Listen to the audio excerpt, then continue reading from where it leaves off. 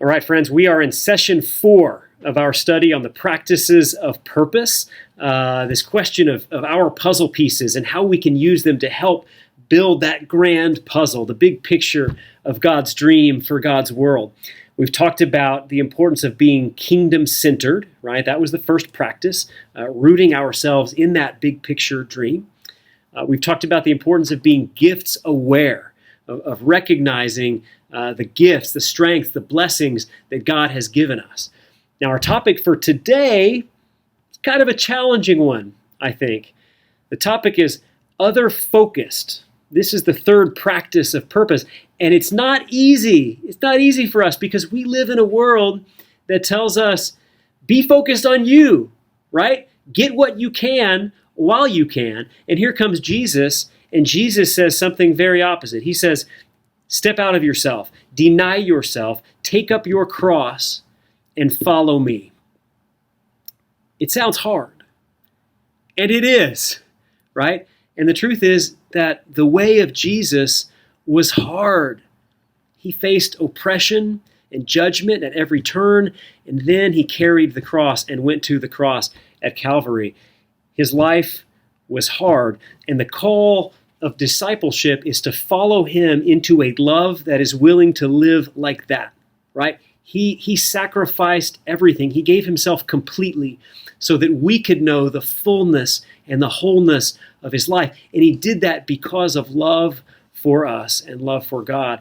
And again, the highest call of discipleship, of following him, is to learn to love like that, right? We have to learn to see the divine spark and the beauty in other people, the brokenness, to see that in them as Jesus did, and be willing to make sacrifices of what we want that they might know wholeness and fullness and peace and joy. And friends, it's not easy.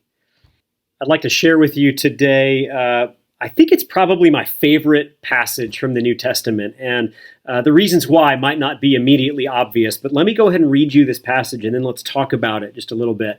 This is from the Gospel of Luke, chapter 7, and I'll begin in verse 11, and it's the story of Jesus entering into the town of Nain and what he finds when he arrives there. All right, verses 11 through 17. Soon afterwards, he went to a town called Nain, and his disciples and a large crowd went with him. As he approached the gate of the town, a man who had died was being carried out. He was his mother's only son, and she was a widow, and with her was a large crowd from the town. When the Lord saw her, he had compassion for her. Hold that, remember that. And said to her, "Do not weep." Then he came forward and touched the bier, and the bearers stood still. And he said, "Young man, I say to you, rise." The dead man sat up and began to speak, and Jesus gave him to his mother. Fear seized all of them, and they glorified God, saying, "A great prophet has risen among us, and God has looked favorably on God's people." So Jesus enters the town of Nain, and he sees a funeral processional happening. And this is the funeral of a young man who was his mother's only son. We learn from the text that she has previously lost her husband, and so the implication is that this is about as awful as a situation could be for a human being, right? To have lost your beloved and your only child. And Jesus enters into that situation, and I'd like to call your attention to verse 13 here. When the Lord saw her, he had compassion for her.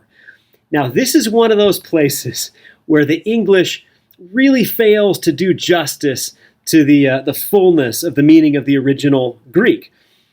He had compassion for her. And the original Greek phrase that got translated as had compassion is the word splagnizo. And I love this word. It sounds like what it means. And it's more than just had compassion for it. That's part of it. But it literally means that his guts flipped over in his stomach. He was so moved for love of this woman and for the grief that she was experiencing, that his guts flipped over in his stomach for her. And friends, to be loved like that by God, by the Son of God, that's an amazing thing. And I hope if you take nothing else away from this, that you will know that you are loved like that. Okay. The call as disciples of Christ, we talk about being other-focused. The call is to learn to love like that too, right? To be willing to step outside of ourselves and really see people, to really see their hurt and their brokenness, to see their need, so that we, as Jesus did, can respond accordingly. And how do we do that? It's not easy. Like I said, it's not easy. We have to practice something that is a lost art in this world, and it's the art of listening and empathy. We don't like to listen, right? We like to stand back in the safety of our own homes and lob, Twitter and Instagram bombs at other people.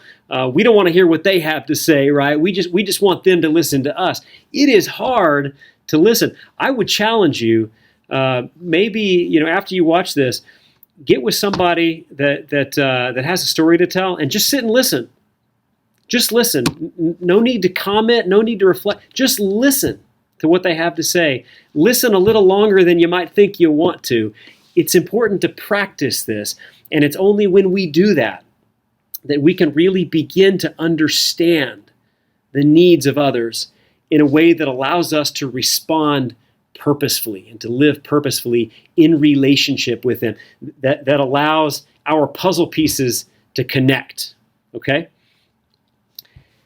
The second thing I'd like to challenge you to do is to really think and pray about what needs in the world in particular most stir your heart, right? What challenges in the world break your heart? What needs and issues do you most want to address? And there are a couple ways that you can do that. You can simply, ask yourself that question, set aside some time, sit and really think and reflect on what breaks your heart. I would also encourage you, if you want to go back to purposematch.com, log in once again. If you haven't done that already, purposematch.com/portal, create your profile, and then put in the code CYLS 2020. And then the second of the two diagnostics that you'll find in there is what we call an impact area diagnostic.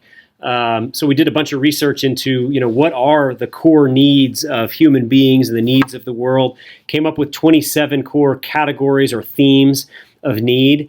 And that diagnostic will help you go through and identify your top 4 impact themes, which again might be areas that God is calling you to use your gifts to address in this life.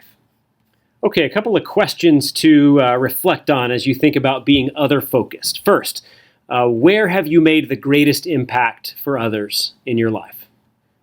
Second, in general, what do you think are your greatest impact areas? What are those needs in the world, right, that you most care about addressing?